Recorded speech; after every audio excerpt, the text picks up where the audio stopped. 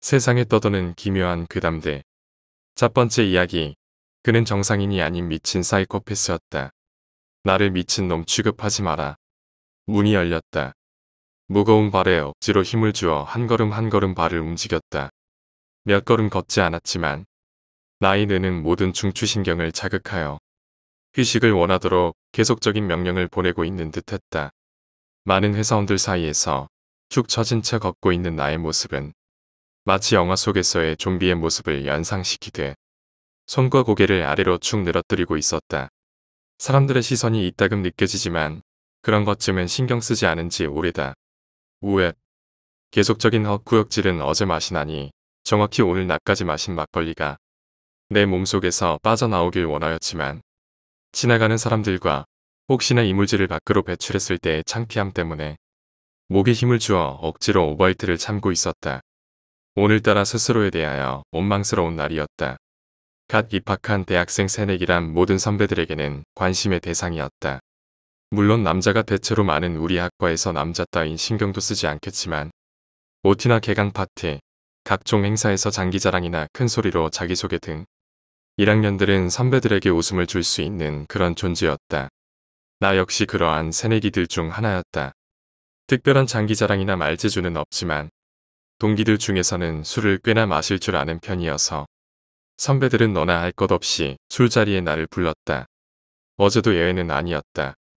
선배 중 하나가 휴가를 나왔다는 이유로 나는 술자리에 끼게 되었는데 10시부터 시작된 술자리는 날이 밝도록 계속되었고 오전이 되었을 때는 이미 만취 상태가 되었지만 오후에 수업이 있어 술이 덜 깬 상태로 강의를 들어야 했다.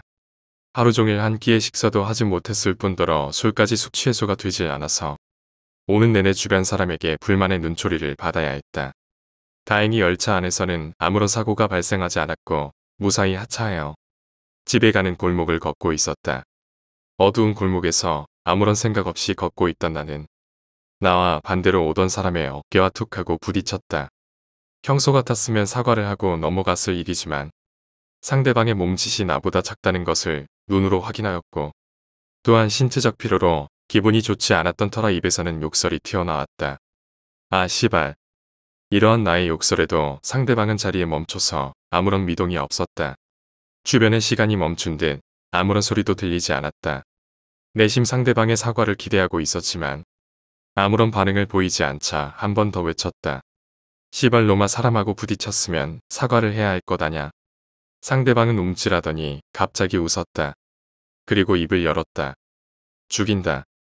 굉장히 듣기 싫은 쇳소리가 섞인 목소리였다.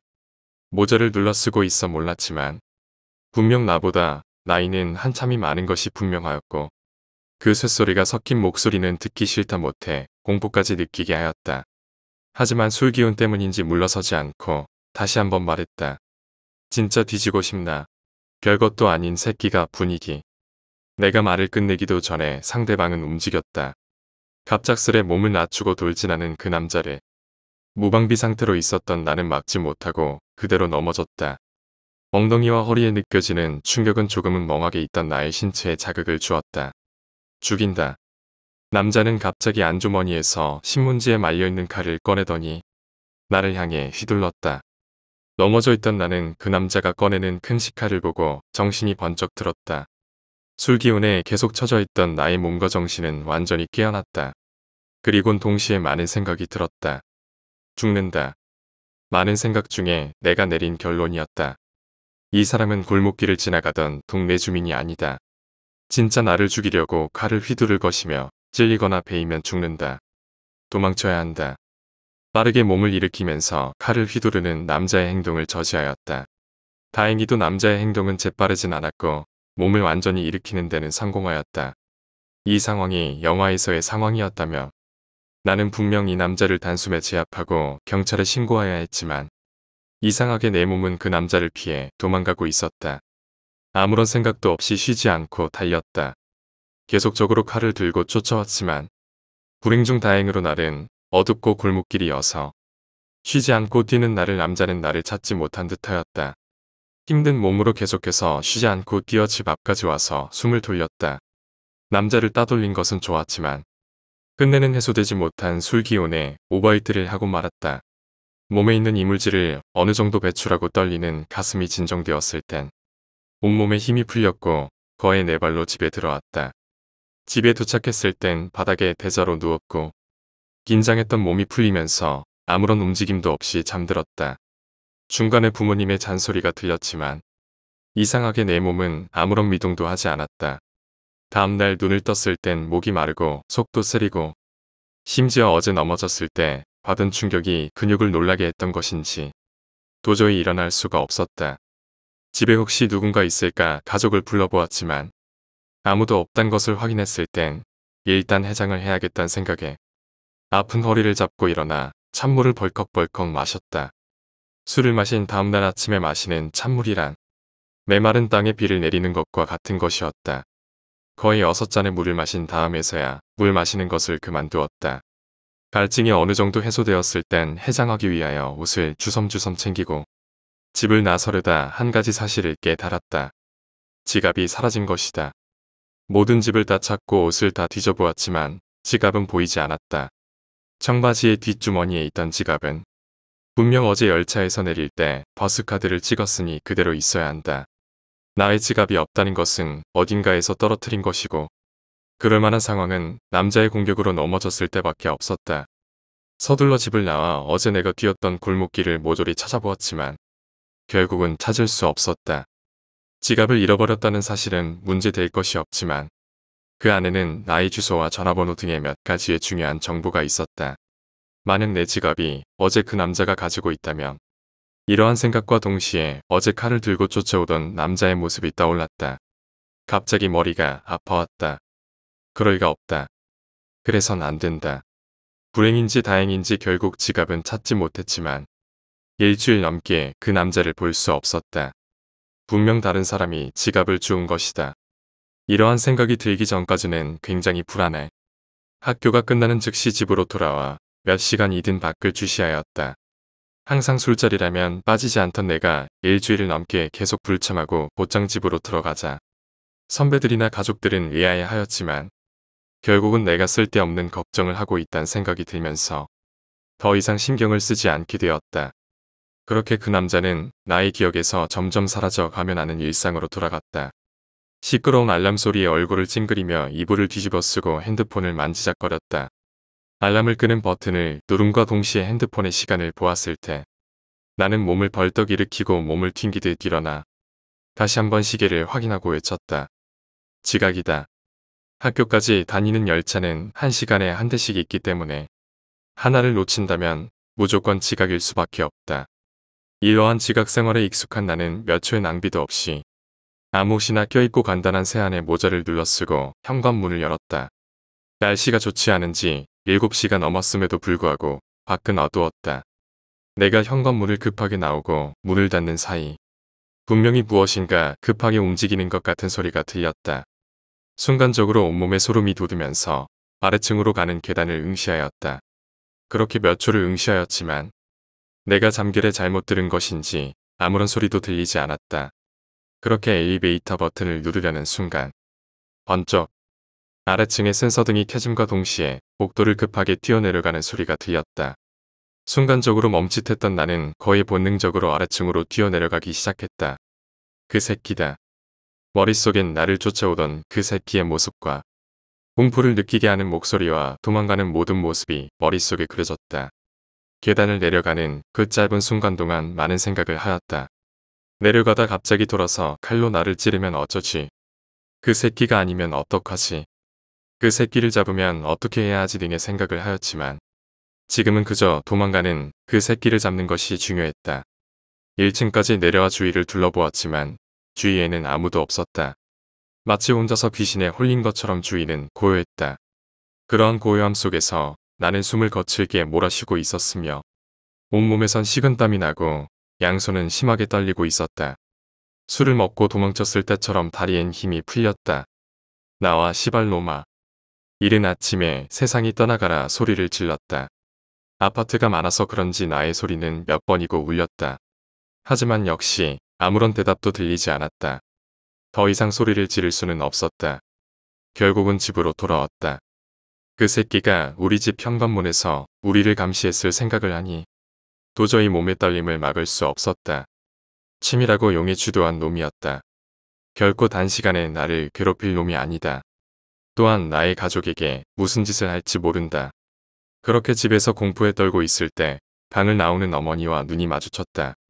안색이 좋지 못한 나를 본 어머니는 어디 아프냐며 물으셨고 병원에 가보라는 말에 며칠간 집에서 쉬고 싶다는 말을 하였다.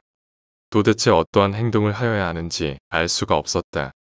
경찰을 불러도 아무런 증거가 있지 않은 상황이고 가족에게 얘기하자니 크게 걱정할 것 같지는 않다는 생각이 들었다. 가족들은 항상 남들이 걱정하는 일도 별일 아닌 것처럼 넘기곤 했다. 가령 초등학교 때 누나를 괴롭히던 형들을 홧김에 때려 눕혔을 때도 나는 그들의 보복을 일주일 밤낮으로 걱정하며 부모님께 말씀드렸지만 부모님은 대수롭지 않게 여겼다. 그리고 몇 년 전 연쇄살인범이 우리 동네에서 살인을 한다는 소식을 들었을 때에도 다른 가족들은 벌벌 떨었지만 우리 가족들은 전혀 신경 쓰지 않는 듯하였다. 내가 이런저런 일에 두려움을 느끼며 부모님께 이야기할 때마다 부모님은 웃으며 말씀하였다. 괜찮아, 우리에겐 아무 일도 일어나지 않을 거야. 그날부터 나는 며칠간 악몽을 꾸었다. 아무것도 없는 어둠 속에서 칼을 들고 웃으며 쫓아오는 그의 모습을 보았고 사방에서 그의 쇳소리 섞인 웃음소리가 들렸다. 부모님은 약을 먹으면 괜찮아질 것이라며 몇 번이고 약을 싸웠지만 나에게는 아무런 도움이 되지 않았다. 밤새 악몽에 시달리다 새벽이 되어서야 겨우 잠이 든 나를 깨운 것은 누나의 날카로운 비명소리였다. 그 소리와 함께 나는 정신이 들며 현관문으로 달려나갔다. 누나는 문 앞에 주저앉아 소리 지르며 울고 있었다. 누나를 부축하기 위해 문 앞으로 갔고 바닥이 축축하다는 것을 느꼈다. 도대체 무엇을 본 것일까? 무슨 일이야? 밖에. 누나는 더 이상 말을 하지 못했다. 계속 박나는 말을 반복했다. 혹시나 그 새끼가 있을까봐 문을 잠그고 현관문의 구멍을 통해 밖을 보았다. 나는 호흡이 멎을 것 같은 비명소리와 함께 누나와 똑같이 주저앉아 버렸다. 문 앞 센서등에는 고양이가 거꾸로 매달린 채 피를 흘리며 우리 집 현관문을 바라보고 죽어 있었다. 어떠한 생각도 할 수가 없었다. 주말치곤 굉장히 시끄러웠다. 집 앞에 와 있는 소방관들은 이런 일로는 자신들을 부르지 말라며 우리를 나무랐고 동네 사람들은 큰일이라도 난 듯 삼삼오오 모여서 위아래층으로 우리를 구경했다. 평소에 왕래가 전혀 없던 옆집에서는 마치 우리 때문에 집값이라도 떨어졌다는 듯 혀를 끌끌 찼다. 더 이상 나는 지켜볼 수만은 없었다. 충격에 빠진 누나를 진정시키고 가족들을 불러 그동안 있었던 모든 일을 이야기했다. 칼을 든 그놈에게서 도망쳤던 이야기와 아침에 복도에서 숨어있던 그놈의 모습을 그에 대한 나의 설명이 계속될 때마다 누나는 공포영화를 본 듯 얼굴이 새하얗게 변했다. 내 이야기가 끝나고 아버지는 우선 경찰에 신고를 하고 당분간은 밖에 돌아다니지 말고 행동을 주의하라고 하시곤 밖을 나가셨다. 평소에 걱정을 잘 안 하시던 어머니도 깊은 한숨과 함께 자리를 일어나셨다. 오전에 아버지를 제외한 온 가족이 집에 있었지만 그 누구도 대화를 하려고 시도하지는 않았고 나 또한 특별히 이야기하고 싶지 않았기에 서로의 할 일을 하면서 시간을 보냈다. 하지만 주말에 집에서 컴퓨터를 하거나 TV를 본다는 등의 행동은 무척이나 무료하고 따분했다. 점심시간이 되었을 때 집에 초인종이 울렸다. 거실에서 아무런 생각 없이 핸드폰을 만지작거리던 나는 초인종 소리에 몸을 흠칫하며 인터폰의 화면을 바라보았고 초인종을 누른 사람이 아버지란 것을 알았을 때 의아해하며 문을 열었다. CCTV 설치하려고 갔었는데 거기다 열쇠를 두고 온 모양이다. 아저씨, 여기 현관문 앞에 설치해주세요. 알겠습니다. 아버지 뒤에 있던 모자를 눌러쓴 사내는 대답과 함께 가지고 있던 박스를 바닥에 내려놓고 현관문 앞에 어디다 설치를 해야 할지를 정확히 물어본 다음 CCTV 설치를 시작했다. 박스에서 이것저것을 통하여 설치를 마쳤을 땐 리모컨을 쥐며 CCTV에 대하여 설명을 시작했다. TV를 외부 입력으로 설정해 놓으신 다음 이 버튼을 누르시면 실시간으로 확인 가능하시고 녹화한 자료도 돌려보실 수 있습니다. 그리고 그 사내의 설명이 끝나고 아버지는 그 사내의 설명을 다시 한번 확인해 보려는 듯 리모컨을 만지작거리셨다.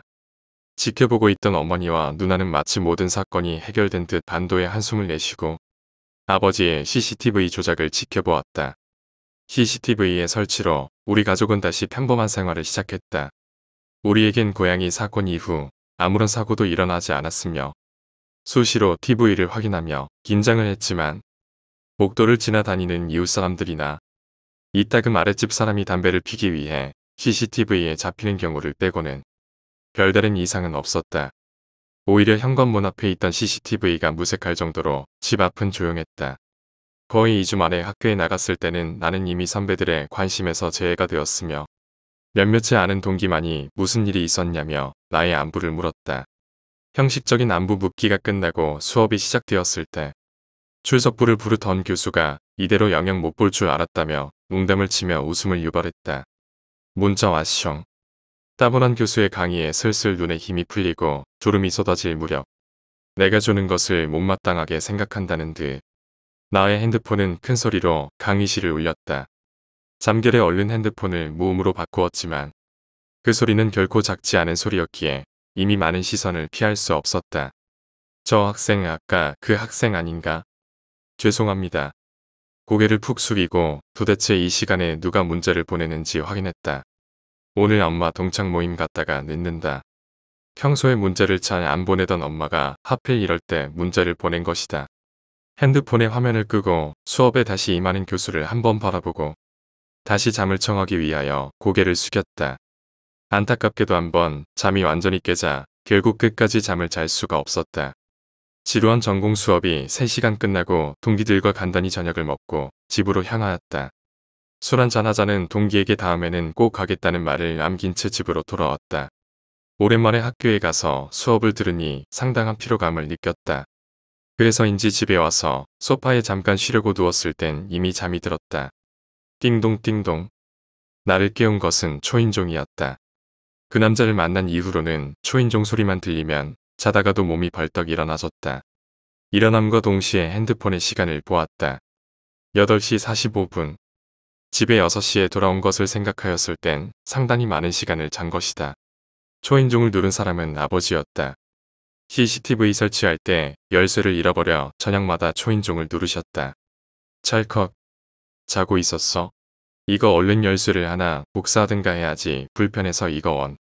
미안해하는 표정을 짓는 아버지를 향해 쓴웃음을 짓고 들어와 저녁을 준비하였다. 어머니가 계시지 않기에 아버지와 먹는 밥상은 계란 프라이와 김치 2가지 반찬밖에 없었다. 아버지와의 식사에는 반찬 수만큼이나 대화가 없었다. 식사가 끝난 후에는 습관처럼 컴퓨터 앞에 앉아 의미 없는 마우스 클릭을 시작했다. 이럴 줄 알았으면 술이나 한잔하고 올걸. 컴퓨터 모니터 앞에서의 따분한 시간이 계속되자 뒤늦은 후회를 해보았지만 이미 시간은 12시를 넘기고 있었다. 방 안에서는 아버지가 많이 피곤하신 듯 쉬지 않고 코를 고셨다. 그때 핸드폰의 진동이 울렸다. 집이야? 핸드폰 화면에는 누나의 메시지가 보였다. 응, 어디야? 벌써 12시가 넘은 시간에 들어오지 않는 누나가 걱정되어 바로 답장을 보냈다. 가고 있어. 엄마는 왔어. 밤늦게 돌아다니는 자신을 걱정하기보다는 늦게 들어오면 부모님께 혼날 것을 걱정하는 듯했다. 아직 빨리 와. 마지막으로 답장을 보낸 후에 어머니가 많이 늦는다는 것을 느꼈다. 술을 좋아하시지 않아 동창 모임이나 사교적 모임을 가도 항상 10시면 들어오시는 어머니가 12시가 넘은 시간에도 연락 한 통 없이 들어오시지 않는 것이다. 고객님의 전화기가 꺼져 있어. 몇 번이고 전화를 걸었지만 전화기는 꺼져 있었다. 무엇인지 불안한 기분이 들었다. 그리곤 소파에 앉아 TV를 외부 입력으로 바꾼 후 리모컨을 이용하여 녹화된 CCTV를 돌렸다. TV에서는 검은색 화면만 나올 뿐 아무런 화면도 나오지 않았다. 밖에 나가 CCTV를 확인해 보았을 때 CCTV에 붙어있는 껌을 보고 무엇인가 잘못되었음을 느꼈다. 도대체 언제부터 껌이 붙어있던 것일까? 화면을 쉬지 않고 돌렸다. 검은색 화면이 계속되다 어느 순간 다시 녹화된 화면이 나오는 것을 확인했다. 그때의 시간은 오전 11시였다. CCTV 화면에 껌이 붙는 화면을 재생하다 놀랄 수밖에 없었다. 껌을 붙인 다음 바로 현관문이 열리는 소리가 난 것이다. 아니 정확히 말하자면 잠겨있던 문을 열쇠로 열고 들어갔다는 것을 깨달았다. 오전 11시면 집에는 어머니밖에 없을 시간이다. 누군가 열쇠로 문을 열고 들어갔다는 것은 말도 안 된다. 열쇠란 단어가 머릿속에 계속 떠오르면서 아버지의 말이 떠올랐다. CCTV 설치하려고 갔었는데 거기다 열쇠를 두고 온 모양이다. 이거 얼른 열쇠를 하나 복사하든가 해야지 불편해서 이거 원. 이러한 아버지의 말이 상기되면서 망치로 머리를 맞은 것 같은 충격을 받았다. 그렇다 아버지는 열쇠를 도둑 맞은 것이다. 애초부터 CCTV 가게에 전화를 해서 열쇠를 찾는 일 따위는 불가능한 것이었다. 이러한 생각과 함께 몸이 떨리며 한 가지 사실이 더 떠올랐다. 오전 11시면 집에 어머니 혼자 계실 시간이다. 급하게 핸드폰을 들어 문자가 온 시간을 확인하였다. 오후 1시 30분. 온몸은 떨리고 있었다. 이것은 어머니가 보낸 문자가 아니다. 애초에 동창회 따윈 존재하지 않았다. 공포가 온몸의 세포를 자극했다. 연이은 공포에 온몸의 힘이 빠져나가는 것을 느꼈다. 아버지를 깨우기 위하여 방문의 손잡이에 손을 올리다 움직이던 손을 멈추었다. 그리곤 깨달았다. 어느 순간부터 아버지의 코골이가 들리지 않는다. 마치 마법에 걸린 것처럼 몸을 움직일 수 없었다. 고개를 돌려서 주무시기 때문에 코골이가 멈춘 것일까? 중간에 잠이 깨신 것일까? 등의 생각은 이 상황에 아무런 도움이 되질 않는다. 조용히 방문에 귀를 대어보았지만 어떠한 소리도 들리지 않는다. 조용히 발걸음을 돌려 내 방에 있던 야구방망이를 찾는다. 사뿐사뿐 움직이고 조용히 물건을 찾는 나의 모습은 누군가를 놀라게 하기 위하여 발뒤꿈치를 들고 움직이는 초등학생의 모습과 같다. 그렇게 한 걸음 한 걸음 다시 아버지의 방문 앞에서 나는 조용히 방문을 돌렸다. 그리고 문을 조심스레 열었다. 주인은 어두웠다. 침대 위에 아버지의 모습이 보였지만 아무런 미동이 없었다. 혹시나 내가 착각한 것이 아닐까 하고 불을 켰을 땐 문 앞의 광경을 믿을 수가 없었다.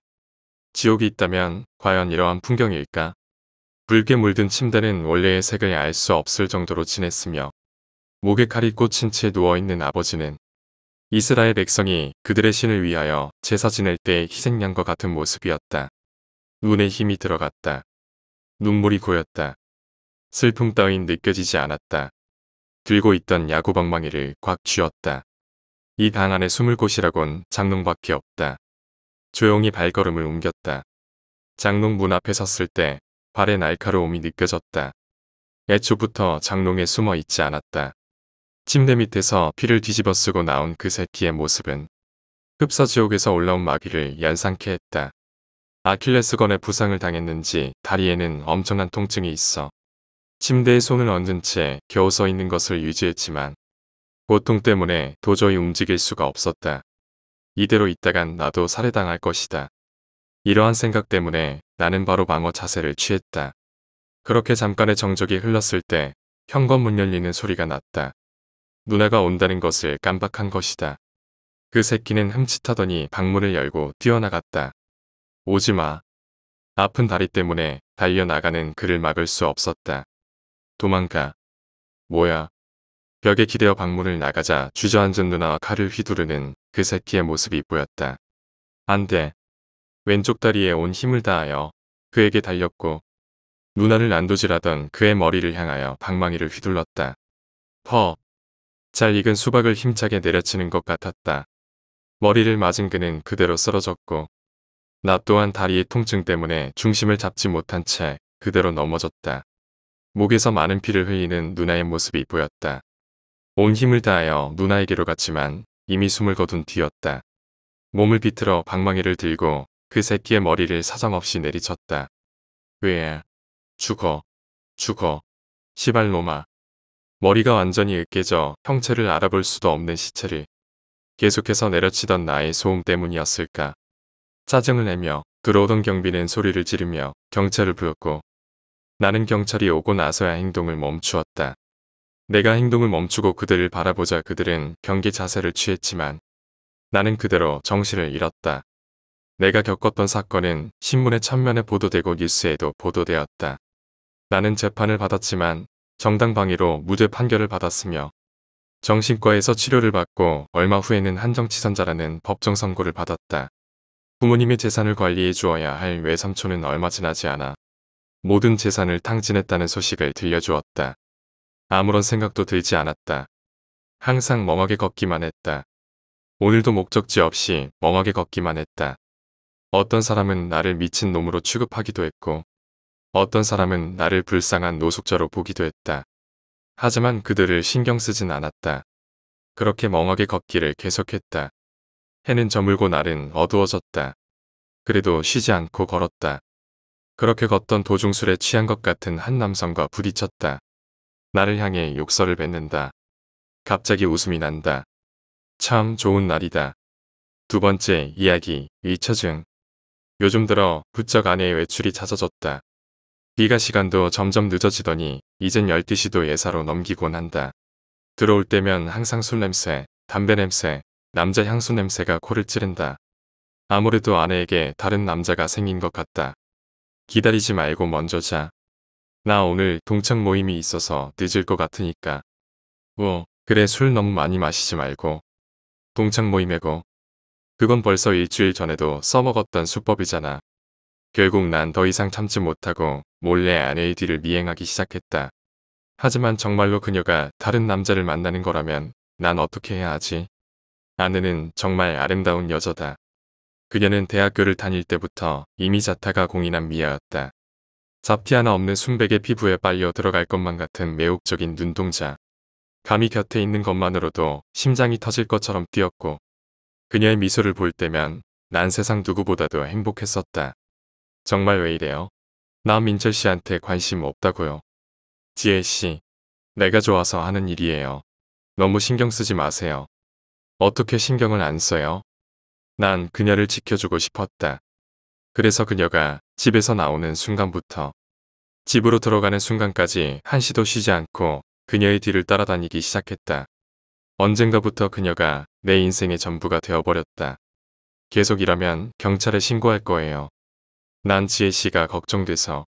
당신 걱정 필요 없으니까 그만 민철 씨 갈 길로 가라고요. 너무나도 날 부담스러워하는 그녀를 위해 난 결심했다. 보이지 않는 곳에 숨어서 그녀를 지켜주겠다고. 하루, 이틀, 일주일 그리고 한 달. 시간이 갈수록 내 가슴속의 불덩어리는 점점 뜨겁게 타올랐다. 아우 머리 아파. 그날은 몸살 감기를 심하게 앓았다. 도저히 몸을 움직일 만한 상태가 아니었지만 난 주섬주섬 옷을 챙겨 입고 그녀를 지켜주기 위해 힘겹게 몸을 일으켜 세웠다. 그리고 이내 정신을 잃었다. 다시 눈을 떴을 땐 해가 뉘엿뉘엿 기울어지고 있었다. 힘겹게 몸을 일으킨 후 냉장고에서 물을 꺼내 벌컥벌컥 들이켰다. 차가운 물이 몸속에서 열을 좀 식혀주자 비로소 좀 제정신으로 돌아오는 느낌이었다. 쾅쾅 거친 노크 소리가 자취방 문을 울렸다. 난 벌겋게 달아오른 얼굴로 문을 열었고 이내 가죽 재킷을 입은 웬 남자들이 문 앞에 서 있는 것을 볼 수 있었다. 누구세요? 역시 내 생각이 맞았다. 아파트 단지를 벗어난 아내는 주변을 두리번거리며 살피더니 이내 어떤 남자를 발견하고는 스스럼 없이 그의 승용차에 올라탔다. 어두워서 잘 보이진 않지만 어쨌든 저 새끼였군. 여보세요? 난 은밀하게 아내의 뒤를 미행하면서 그녀에게 전화를 걸었다. 내가 미행하고 있다는 사실을 전혀 눈치채지 못한 아내는 감쪽 같은 목소리로 내게 거짓말을 해댔다. 어디야? 응, 나 이제 친구들 만나서 저녁 먹으려고. 근데 자기 무슨 일이야? 아니, 그냥 근데 나 거기 가도 돼? 여자들끼리 있는데 자기가 왜 와? 그래 알았어. 재미있게 놀다 와. 전화를 끊은 난 아내에게 말할 수 없는 배신감을 느꼈다. 아내를 너무 사랑하기에 그녀의 거짓말은 내 가슴 한편의 비수가 되어 꽂혔다. 그리고 또다시 사람을 죽여야 하는 현실이 너무나 슬펐다. 누구세요? 유민철 씨 맞으시죠? 네, 그런데요. 강지혜 씨 성폭행 사건과 관련해서 조사할 게 있습니다. 함께 가시죠. 그게 무슨 말이야? 지혜가 성폭행을 당했다고? 전 오늘 감기 몸살이 심해서 밖에는 나가지도 못했어요. 일단 함께 가시죠. 형사들과 함께 경찰서에 도착한 난 지혜와 그녀의 가족들을 볼 수 있었다. 그녀의 안색은 초췌했고 얼굴에 멍자국까지 남아 있었다. 그리고 얼마나 울었는지 그 예쁘던 눈이 퉁퉁 부어 있었다. 지혜 씨, 어떻게 된 거예요? 내 질문에 그녀가 천천히 입을 열었다. 승용차는 이윽고 한 신축 아파트 앞에서 멈춰 섰다. 차에서 내린 그들은 망설임 없이 아파트 안으로 걸음을 옮겼다. 나 몰래 여기서 새로운 살림이라도 차릴 작정인가. 배신감이 극에 달하자 이젠 오히려 담담해지는 기분이다. 차 트렁크 공구함에 망치가 하나 있다. 이 정도면 괜찮은 것 같죠? 둘이서 살기엔 딱 좋은 것 같은 거려. 아내와 남자는 내가 그들의 바로 뒤에서 망치를 들고 있는 것도 모른 채 둘만의 행복한 꿈에 젖어 있었다. 유부녀를 꼬시는 것들은 죽어 마땅하다. 미안해요. 나 때문에. 뭐가요? 유민철 씨 아무리 정당방위였다지만 살인까지 저지른 이상 형사의 말을 듣자 내 무의식 중에 벌어졌던 일들이 하나씩 머릿속에서 되살아나기 시작했다. 난지혜가 어떤 노숙자에게 성폭행당하는 장면을 목격했고 앞뒤 가릴 것 없이 벽돌을 집어 그의 머리를 내려쳐버렸다. 내가 살인을. 미안해요. 민철 씨. 정말 미안해요. 법정에선 정당방위가 인정되긴 하지만 살인은 과잉방어였다며 내 과실에 대해 징역 1년에 집행유예 3년을 구형했다. 그리고 1년의 봉역 후 교도소 앞에서 기다리고 있던 지혜는 결국 내 아내가 되었다. 야, 당신. 나한테 어떻게 그럴 수 있어? 응? 지금 무슨 짓을 한 거예요? 아내는 넋이 나간 표정으로 나에게 말했다. 아무리 불륜이라지만 살인은 너무하다고 말하고 싶은 건가? 그렇다면 큰 오산이다. 나에게 있어 당신이 내 존재의 이유이고 당신은 나에게 있어 내 생명보다 소중한 사람이니까 내 사랑을 가로막는 것들은 그 누구도 용서하지 않을 것이다. 당신을 위해서라면 살인. 그까짓 거 2번, 3번, 10번도 할 수 있다. 이 사람은 당신 동생이란 말이에요. 뭐? 그 순간 내 머릿속이 하얗게 되어버렸다. 머리통이 부서져 뇌수가 질질 새고 있는 이 남자가 내 동생이라고. 난 부들부들 떨리는 손으로 그 남자의 몸을 돌려 눕혔다. 오 하느님. 민서가 아파트 경품에 당첨돼서 당신을 깜짝 놀라게 해주고 싶었는데. 아파트 경품. 아저씨 저기 저 여자 보이죠? 응. 지금부터 제가 시키는 대로만 하면 100만원 드릴게요. 내 사랑을 어떻게 하면 그녀에게 보여줄 수 있을까? 고민에 고민을 거듭했다. 아무래도 고전적인 게 가장 좋겠지. 난 한 노숙자를 돈으로 매수한 후 지혜의 성폭행을 의뢰했다. 야, 왜 이러세요? 가만히 있어, 이년아. 아무도 없는 공사장 구석에 숨어 지혜가 성폭행당하는 장면을 지켜보던 난 담배를 한 대 피워 물었다. 이 담배가 다 타들어가면 녀석을 죽여야겠다고 생각하면서 당신을 놀라게 해주고 싶어서 그래서. 지혜야 걱정 마. 나에게 있어 당신은 내 존재의 이유이고 당신은 나에게 있어 내 생명보다 소중한 사람이니까 내 사랑을 가로막는 것들은 그 누구도 용서하지 않을 것이다. 그것이 내 동생일지라도 예외는 없다.